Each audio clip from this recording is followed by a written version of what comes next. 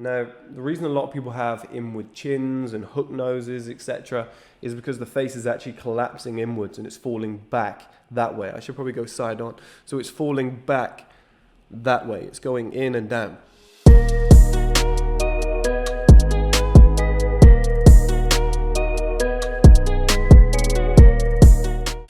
Okay guys, this is going to be a little bit of a longer one. A lot of you will remember the video from MSI College, which was how to become a better looking man. If you wanted to as well, go and check out the video that I did, the interview that I did with Dr. Mike Mew, who was the guy who originally started all of this, who started Orthotropics, an absolute genius. Very hard to understand sometimes how smart this guy is when he's talking about all the different components. I think, quite honestly, he needs to dumb down his stuff so that he can reach a much wider audience. I'm gonna message him this week actually, see if I can get him on this podcast. Got the two mics out. You can't see the other one there. I've got this one here. Just sit him at this table, have a chat with him, and get him to break it down in a format where he's talking to people who are novices in this subject, who don't know what he's talking about. So every time he starts to elaborate, I can stop and say, okay, explain that, bring that back. I think that would be the best format for him to really get his point across and really explain what he's doing. If I can get him on this podcast, I'll be so happy. I'm sure I can, but he's a very busy guy. I'll maybe have to go to his offices again and maybe set something up. I don't know. But I'll try for you guys. Anyway, I'll do my best to explain today. So how to become a better looking guy. Now, in a world of, social media, plastic surgery, and I've got to do a documentary on this soon. There's a lot of shit going on at the moment with guys where I'm hearing more and more about this every single day, where guys are getting jaw injections, they're getting cheekbone injections, the jaw injections are a big thing. They're getting transplants here. It's all become more and more normal. I've seen guys with pec implants, chests out here, and they haven't gone in the gym once in their whole life. Ab implants is a big one. Probably calf implants as well. There's probably, I haven't seen that, but I imagine that's going to be a big one in the next 5 to 10 years, and it'll all be normalized, right? Guys wearing wigs, changing their hair every single day. The bar for guys is just going like this every single day. I didn't realize how many people I know that I'm close to, good friends of mine, have had their teeth done, their jaws realigned, jaw surgery, their teeth whitened, etc., jaw injections, getting minor lip fillers. It's craziness. Now, I'm not going to judge it and say, oh, this is gay, this is that. We're in a new era now, guys. People can do whatever they want to do, so I don't judge anybody, let everybody do whatever they want to do. It is what it is. We live in 2020 now, so let everybody do what they want to do, let everybody be their own self, right? So it is what it is. But I've got a different take on it, thanks to Mike Mew, which is the orthotropics aspect. So everybody's using the cheat codes, trying to get the jaw fillers, etc., trying to make themselves look good. Dr. Mike Mew and Orthotropics revolves around a couple of things: muscle usage, habits and lifestyle, and oral posture. So starting with the first one is muscle usage. So around about here, your jaw muscles, especially with the vegan diet. I'm vegan now as well. I've noticed that the diet is a lot softer unless you're eating raw foods, and you need to compensate in some way or another. But we live in a world now where everything is fizzy sodas, soft foods, nothing is tough, strong steak meat like it used to be. You don't have to chew through an animal's hide just to get through to the, through to the skin itself. So these jaw muscles are not being worked as much, right? Which means that our jaws are falling open. So most people are sitting there like this. And if sitting in front of computer screens, for example, hunched over, mouth open, playing video games, same thing, mouth open, not really thinking about what you're doing. Television, same thing. And my phone's not actually here at the moment, but phone's the same, looking down at your phone for hours on end, mouth open, texting away. And it just leads to these habits where, you do something enough and your body will change. I remember there was a guy in India who sat there with his hand like that, raised up in the air for years on end. And now it's fixed there. I think they celebrate him as a god or something, but it's fixed there now. So it just shows that over time. I think it's your bones recalcify. I think I'm probably butchering that, but like I said, I'm no expert. But they keep rebuilding or remodeling. I think it'd be easier to say bone remodeling. And they keep doing this over time. So based on your postural changes, based on what you're doing in your life every day, your bones will remodel to fit that lifestyle, right? It makes sense. It will just make your life easier based on what you're doing. Whether that's strengthening, whether that's a postural change, whatnot. So if we're all sat, we're eating softer foods, our diets aren't as good as they used to be, so our jaws are getting weaker, so this is more likely to fall open. And then we've got what is called tech neck, is what a lot of people are calling it, where everybody's chins and necks are pushed back here, and they're slouchy, where they're sitting in front of, like I said, phones, TV screens, etc. Now, this isn't going to be as strong, and our habits and lifestyle are very much forced downwards, and they're pushing our chins backwards, our jaws inwards. Everything here is just receding. And it's very rare these days to find somebody with a very good, strong jawline. Very, very rare, because they're not getting the muscle usage here, and they're not getting the correct posture, sat straight, upright. It's very hard to do, especially, even when you know what you're doing, it's very hard to do because the amass of technology. I just look around this room. I've got 1, 2, 3, maybe 4 things where, I could sit in front of a screen and doing completely different things. And that's everybody's, daily basis. You look down at this mouse, it's down. You look down at the keyboard, it's down. You look down at this notepad here, it's down. Everything is down, down, down, making our lives easier. This desk, it's down when you're working on it. You could get a standing desk, etc. But again, you probably have to look down to use it. Now, I'm just looking around at these light switches. They're lower, door handles lower. Everything is built for convenience, so we can just grab it in front of us rather than, being at a level where we can just stay upright. It's usually down here, which makes sense. And that's forcing our postures downwards. Now, if you open your mouth, it's impossible to keep your tongue on the roof of your mouth. So it's going to fall off, right? The tongue being on the roof of the mouth, on the palate at the top, up here, you can push it with your thumb. That's where it should be. It should be sitting like that and forcing upwards, because you've got a bone here called the maxilla bone, which covers basically all of your face. If you go on Google and search maxilla bone, it covers pretty much the whole of your face, and you can see why this is going to be very important. Now, if this is strong, your habits are good, your mouth is closed. Mike Mew always says, teeth together, lips together, tongue on the roof of your mouth. And if the tongue is on the roof of your mouth, and forcing that palate upwards, then it's going to drive up the maxilla bone forwards and upwards, and it's going to give it this forward tilt. Now, the reason a lot of people have inward chins and hook noses, etc., is because the face is actually collapsing inwards and it's falling back that way. I should probably go side on.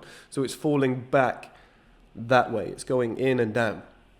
Now, if you're gonna get a stronger jaw, better tongue posture, and you're gonna be forcing it upwards and forwards, it's gonna head that way, which is gonna give you a nice, strong, forward-facing posture, and it's gonna push up these cheekbones and make them higher and point them up outwards that way.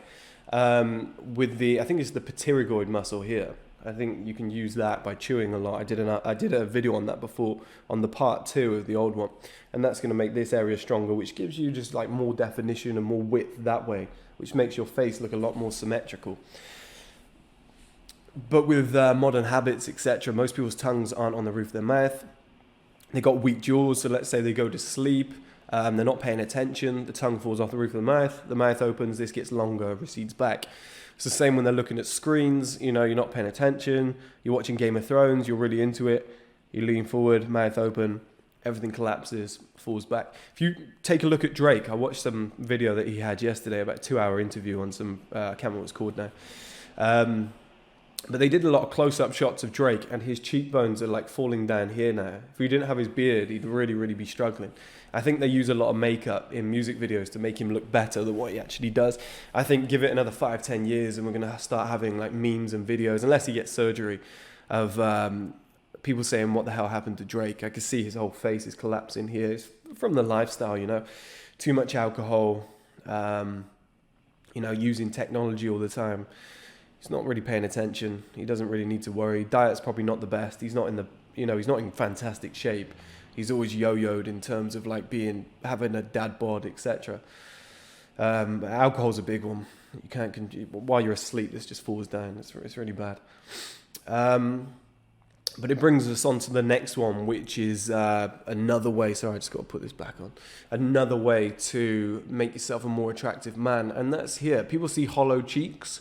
I don't know if you've ever seen models with hollow cheeks where it dips in here, exaggerates that feature and that feature, the jaw and the cheekbones, makes your face look a little bit more symmetrical. I think they're the rarest feature that anybody can have. I think they're rarer than high cheekbones. Now, how do you get them? And contrary to belief, because I've seen this on the internet a lot, it's not from sucking dick. I see that all the time. Okay? So this muscle here is called the buccinator muscle. Now, the buccinator muscle works like any other muscle with hypertrophy and atrophy.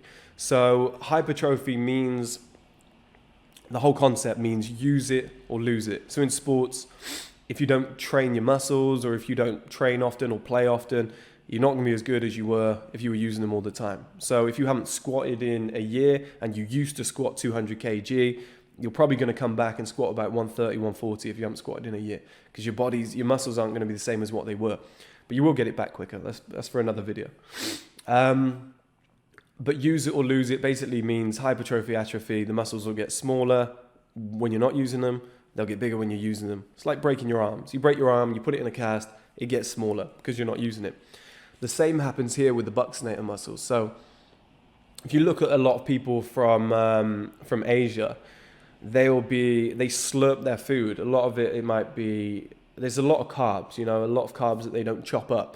So when they eat their food, they'll slurp it from the bowl, and it's not chopped up in the way that we would do it in the Western world. We might eat, I don't know, like a strong steak or like some raw food or something, and they'll slurp the majority of their food. They might tip the bowl back and slurp it at the end. And it makes this muscle here, the buccinator muscle, work more often. It's like if you blow, you can feel the muscles working. If you suck, you can feel those muscles working again. So they're getting worked more often, they're getting bigger. And they call it cherubic cheeks. Like if you look at a baby has big cherubic cheeks because they suck all their food. Once you become an adult, we chew our food, we break it down, we swallow it with our tongue on the roof of our mouth, only using our throat. So we swallow it down, just like that. And we're not using these muscles here. Whereas a lot of people, because of our lifestyles and our diet, especially in places like Asia, where they have rounder faces and everyone thinks it's genetic for some reason, yet you get like an Asian man who moves to America, becomes a movie star, high cheekbones, hollowed, it's ridiculous how people think it's genetic. But a lot of people have been trained with the lifestyles and the diets, the food that we have, to swallow using these buccinator muscles here. And the more that they're used, the puffier the face will get. And you can still be an attractive person. I've seen a lot of attractive women with puffy cheeks and the rest of their features are nice. But if you want to hit, if you want to really improve your face or at least hit that top level of attractiveness, if you stop using these muscles here and swallow correctly, so you're swallowing from here, not here, and there's plenty of videos out there for this, then these will over time start to deteriorate and hollow out. Is that Mike Mew taught me, he said, obviously the use of these muscles is important, the use of the tongue is important, he said, but we always forget the action of using a muscle less, of not using a muscle. And that's exactly what was going on here. So the less you use it, the thinner it will get, because there's very little body fat here. A lot of people don't realize. And as the buccinator muscles thin out, they'll start to go in, they'll start to hollow, they're going to enhance the cheekbones more, they're going to enhance the jaws more, they're going to give your face more of a manly looking structure and make you a better looking guy. Now that's a brief overview, so obviously we've covered a few little aspects there. There's plenty of more things that you can do. You can use Mastitha gum. Mastitha gum is like a solid gum that when you chew it, you can get it from Amazon. There's another gum too, I can't remember the name, but I always use Mastitha gum. I haven't used it for maybe a year now. I just haven't really been paying attention to strengthening the jaw, more tongue on the roof of the mouth stuff. But you can strengthen here, especially if you're on the vegan diet. I need to get back to it soon, of strengthening these muscles here The stronger they'll be, the more likely, you're going to get a wider face, which is great, but the more likely this is going to be shut, tight, and the tongue's going to be on the roof of the mouth, and you're going to be pushing that maxilla forward. This will follow suit. So as this goes forward, this follows suit. Mike Mew said it was like a closing door, like a hinge. So the two will like come together and match. So push this forward, this will follow suit. Swallow correctly, this will go in, and you start to take shape of the face. It sounds very crazy, I know, guys. It sounds extremely crazy. Sorry, the other thing you can do as well is tongue chewing. So get a soft piece of chewing gum, normal chewing gum. I use 2 pieces because if I use one, I tend to swallow it when I'm pushing my tongue on the roof of my mouth. You use 2 pieces, push it toward it needs to be the back third as well. So a lot of people will do this. A lot of people will push the top of the tongue there against the roof of the mouth. It needs to be the back third so that it's pushing it like that, upwards and forwards. So if you can get that third, I think he might call it the posterior third, and push that on the roof of the mouth as well as the rest of the tongue, but really force it from there. Try and get that chewing gum, the 2 pieces, but be safe, obviously. Do it at your own accord. Push that chewing gum to the back of the mouth, the roof of the mouth, the posterior third, and keep driving it up. Keep pushing it, pushing it, pushing it. Maybe 10 times, and then roll it back up into a ball, put it back there with your tongue, and keep driving it up there. If you do that for an hour or 2, your tongue's going to ache, which is great because it's going to get stronger. And also you're going to be pushing that maxilla bone upwards and forwards, giving you a more symmetrical, forward-facing, more developed face, and the jaw's going to follow suit. And as I was saying, guys, I know this all sounds crazy. I know everybody wants to say, oh, it's genetics because it's easier to blame. I would probably say I'm no expert, but based on what I've seen and what I've been told, I think genetics is responsible for about 40% of the way we look. 60% is environmental, our daily habits, muscle usage, posture, the place where we live. So if you live in a certain country where there's a lot of technology, I think places in Asia are really going to suffer over the next 20 to 30 years. I think with their diets and the way that they're using technology 24/7, they live on technology. Same's going to happen in America as well eventually, but the faces are just going inwards and downwards, and it is great to look good, but also it creates a lot of health concerns where people can't breathe properly, their fitness levels aren't as good. I think sleep apnea and things of this nature. So there's a health aspect to it too, which is massively important, way more important than the aesthetic issue. But like I said, a lot of people want to look good. And the male industry right now, the male population, have probably never been as concerned with their looks as they are. So doing this, isn't a must, but I guess it's good practice, because if you just do this every day and forget about it and just make it like part of your daily life, your daily habits, then in 15, 20 years time, you're still going to look good, if not better. It's worth it. Like, as much as people say, oh, life isn't about looks and it's not, etc., it doesn't hurt, does it? Life is a little bit easier when you look good. So if there is a solvable way to do this, if there is a solution for this, and it costs nothing to do, why not do it? Just put your screens higher up. Just put your screen on a platform. So when you're at work, you're looking upwards rather than downwards. Put your laptop on a platform. When you're using your phone, try and hold it there. If you can't, then limit the usage. So use it for 5 minutes. Back up, tongue on the roof of the mouth. When you're traveling, use gum, push it to the roof of your mouth, chew. It's actually very easy to do. It's just knowing this stuff and then remembering it. But, that's basically the video for today, guys. So on how to become a better looking man. I hope that helps. I hope that breaks it down in a dumber way, because I'm not as smart as Mike Mew. And I'll do my best to get him on the podcast. I think it'd be fantastic for somebody who is, I wouldn't say I'm an amateur, but I know not even half as much as he knows. Obviously, he was the originator of all of this. And I can kind of throw things at him and say, okay, that's great, but what about in a modern life sense? So we all need to use our phones. We all want to watch TV. We all need to use computer screens for work. What's the solutions? What can we do? How can we get around this? I'll ask him those sort of questions and we'll see what we can do. But I hope this video helps, guys, in terms of breaking down like the earliest steps of how to become a better looking guy. And I hope it helps you in your lives. But it's not going to happen overnight. Give it time. But good luck, guys. Appreciate all the support and the continued support. Thank you for sticking with us throughout all of this. I know it's been tough, like getting back to this point and setting it all back up. First Man is going to return to the old MSI college days of producing daily content like this, where we're really trying to help you. We're going to do videos, documentaries, podcasts, discussions like this. I'm going to do a show. The 1M show is going to be fun. I'm going to do 1M live, where there's maybe live events like UFC, boxing, football, and we react to them. I think that's going to be really fun. And just a lot more stuff. I'm just going to go out there and just find as much content as possible, bring it to you guys. I'm not going to sell you anything. I might make my own products in the future, but they're only going to be good quality ones. But I'm not going to sell you anything. I'm not going to ask you to follow and like this channel. I want to do it a different way. I don't want to monetize my YouTube. I don't want to, I want to put music on here because I'm not monetizing it. There's no copyright, so I can just put music on here. I just want to make it as entertaining as possible. Just put content out, ask for nothing in return, see how big the brand gets. Hopefully take out somebody like GQ and just become the biggest men's brand in the world and just sit at the top and say this is the right way to do it. Not here's a piece of content on the 10 watches that you should be wearing this summer, but they're all ads paid for by a company. I don't want to do that shit. I don't want to do that at all.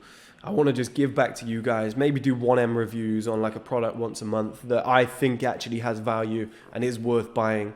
But I don't want to have like a whole magazine or a whole website like GQ where everything is an ad. Oh, look at these shorts. These are the 10 swim shorts that you need to be taking on holiday with you this summer. Oh yeah, sure. The price is next to them. The website's next to them. They're all paid for. It couldn't be more obvious. I don't think there's any channels out there like this that are trying to, provide for men, provide support. So that's what I want to do, guys. I want to get back to those days. But that's it, rant over. I hope you're enjoying the consistent content. We're back. We should be back for good. Podcast coming on the 2nd of January. I've got a guy called Jack Spring, who's the youngest director ever in the UK coming on. Funny guy. Looking forward to talking with him. He's going to have some great stories. He managed to raise $150,000 at the age of 19 to create his first film. Any of you directors out there, videographers, whatever, he's going to come on. I'm going to ask him, what tips would you give? What advice would you give? Hopefully you find some golden nuggets in there that push you forward in your life.